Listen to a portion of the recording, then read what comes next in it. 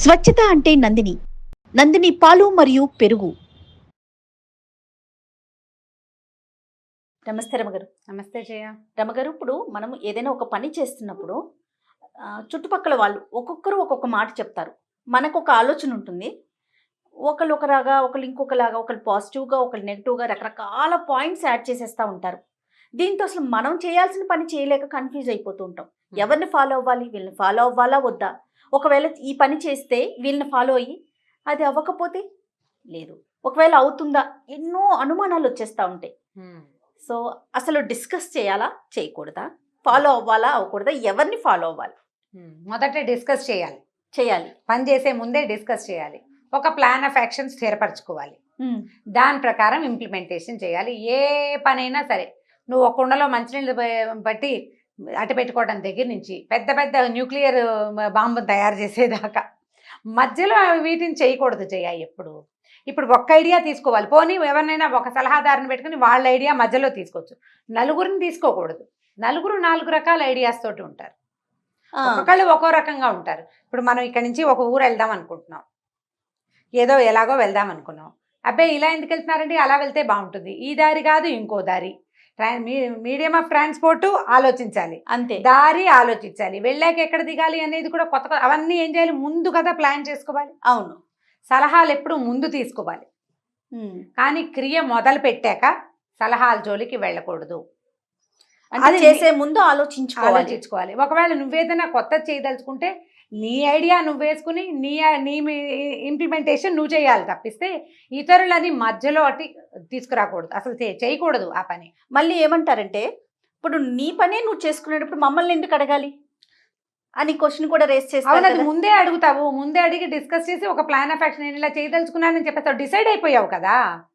నువ్వు డిసైడ్ అయిపోయినాక మనం డిసైడ్ అయినాక పక్క వాళ్ళకి చెప్పాలంటారా? అంతే. మేము ఇప్పుడు నువ్వు మాట్లాడుకున్నావు, నువ్వు నాతో మాట్లాడావు, డిస్కస్ చేసావు, నేను మాట్లాడాము, నేను ఒకటి కాదు చేయాలి, నేను ఇలాగే చేయదలుచుకున్నాను అంటే నువ్వు ఓకే అనాల్సిందే. అంతే.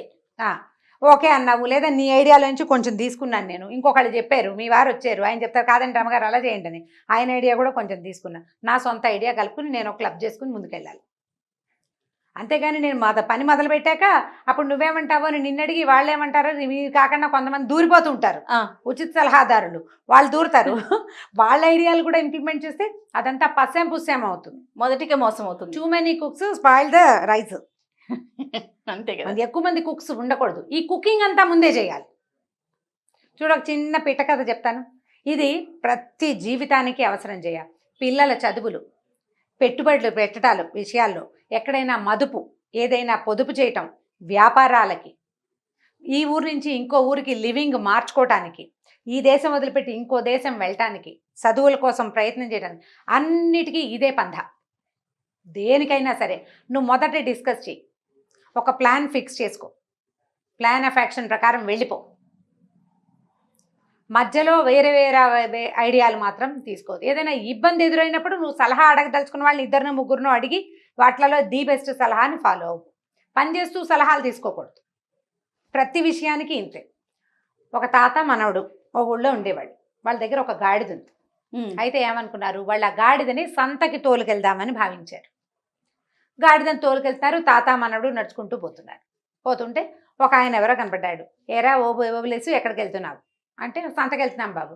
అదేమిట్రా గాడిదని అట్లా ఒట్టిగా నడిపిస్తావు, ఊరికే పిల్లని ఎత్తి దాని మీద కూర్చోబెట్టు, బుద్ధి లేదు నీకు అన్నాడు. ఇది పాయింటే, కుర్రాడిని ఎత్తి కూర్చోబెడదామని తాత ఏం చేశాడు, మనవడిని ఎత్తి గాడిద మీద కూర్చోబెట్టాడు. నడుస్తూ వెళ్తున్నారు. ఆ మనవడికి ఒక 10-11 ఏళ్ళు ఉంది. ఇంకోళ్ళు ఎవరో పలకరించారు. ఎక్కడికి ఏమిటి ఎండ ఎక్కకుండా సంతకి వెళ్ళిపోవాలి, ఏదో మాట్లాడారు.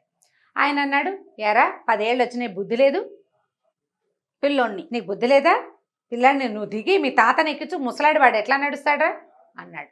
అనగానే ఆయన పాయింటేరా, నాకు కాళ్ళు నొప్పులు పుడతాయి, నువ్వు దిగేసే నేను ఎక్కుతానని తాత ఎక్కిపోయాడు.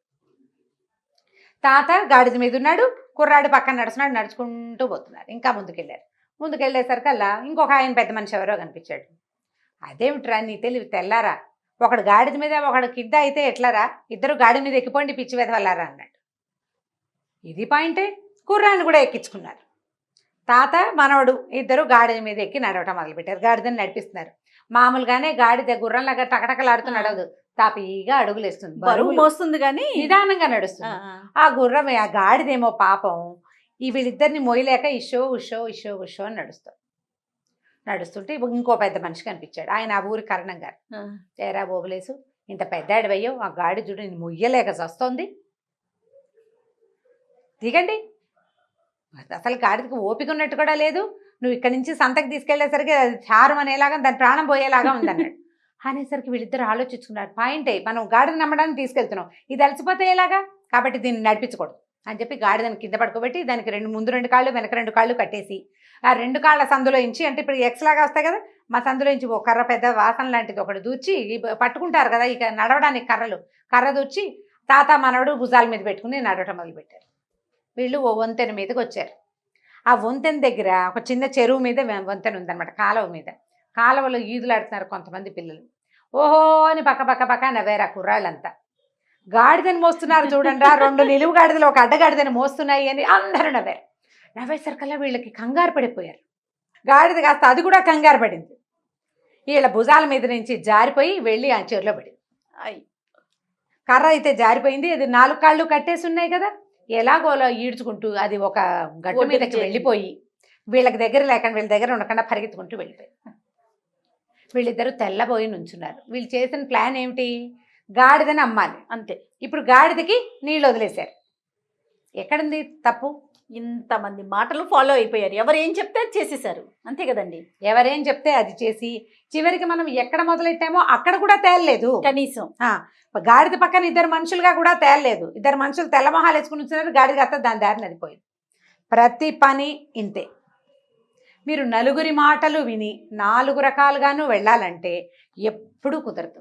నలుగురి మాటలు వినండి, దాన్ని కలుపుకుని ఒక మార్గాన్ని ఎన్నుకోండి మన సొంత ఆలోచనతో. 4 ఐడియాలు తీసుకోవచ్చు, నలుగురివి తీసుకుని ఒక ఐడియా ప్లాన్ చేసుకోవాలి.